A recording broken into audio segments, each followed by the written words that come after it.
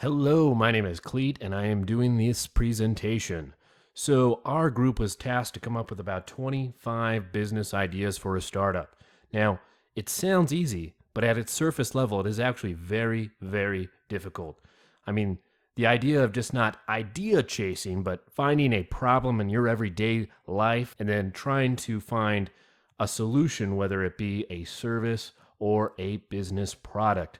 Luckily, through vetting and I will say strong critique, we came up with a top 5. Number 1. Now, have you guys ever felt cold at work? Now, this is where this idea stems from. It is called the executive swaddle. Now, ladies and gentlemen, I can tell you that I work in a call center with about 400 to 500 people, depending on the time of the year. And regardless of whether it's hot outside or it's cold outside, people in the building can't seem to stay warm. I can walk down the hallway and I'll see people with portable heaters, I'll see them with blankets, and honestly, it just doesn't seem that professional. Now, this is, again, where the executive swaddle was born from.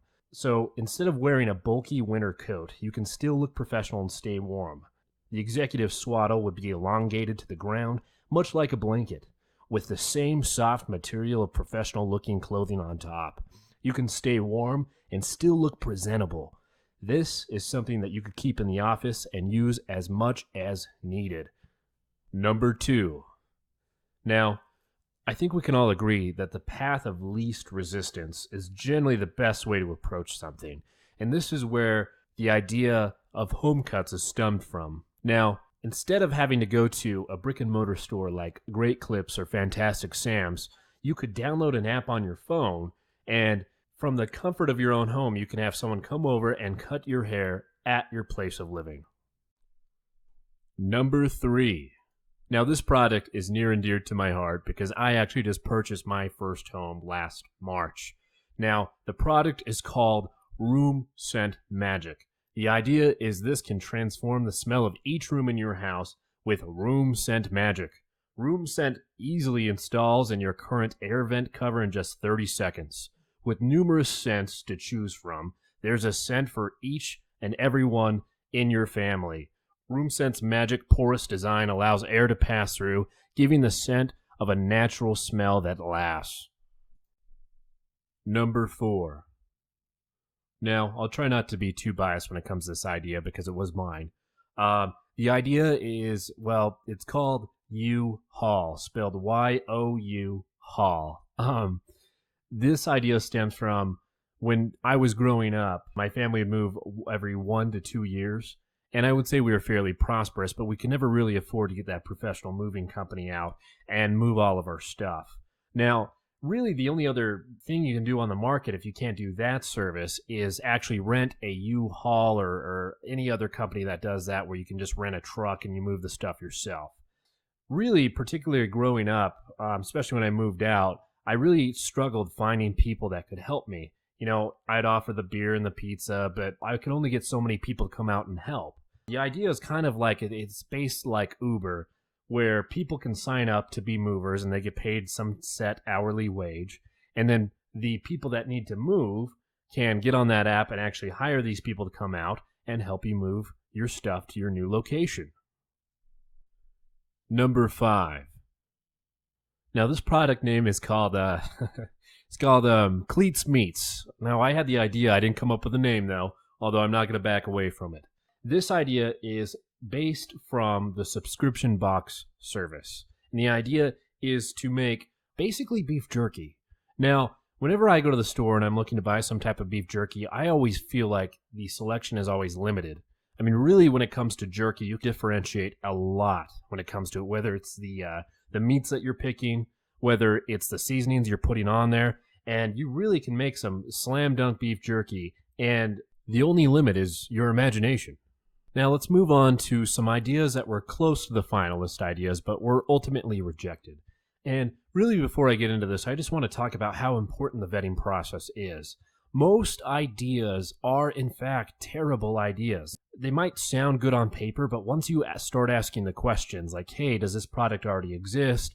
Or is this product actually viable? Or God forbid, is this even a problem that people have? Or, I mean, are people actually going to buy our products or services?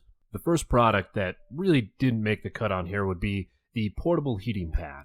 The idea behind it is making some type of thinner, slicker, less noticeable, rechargeable, cordless heater that you can put on your back where you might experience some type of back pains or you might have some type of medical condition where it would be required. After really just talking about the idea, we really just thought that there was already so many products on the market that existed that it would just not be viable to compete in that marketplace. Now, the next idea on here was the neighborhood cleanup service app. This product would be about cleaning things up in the neighborhood, doing some type of neighborhood projects at a specified cost. Basically, it'd be either a volunteer basis or people would actually get paid to do things. But really, after looking at what competition we'd be facing, especially with HOAs and how predominant they are in newly established neighborhoods, it just seemed like there would be a low demand for this product and the competition would just be too vast. So, in conclusion, I just want to kind of go over some things that we learned by doing this exercise. I think the first thing here is recognizing the importance of constructive criticism. You're not doing anyone a favor by saying their product or service is great if it's if it's already out on the market, if maybe it's frankly a terrible idea for X and Y reasons. And I think another thing that I personally learned is just being vulnerable and being okay with that, because I personally threw out some ideas that were honestly bad ideas, and my peers put that in perspective, and I'm very appreciative of that. I think the best way to really think about it is if you ever watch the show Shark Tank and you see these people come on there with these wacky ideas, the only reason why they got to that point in that process and they put in so much money into a wasted idea or product was because no one ever really gave them honest feedback.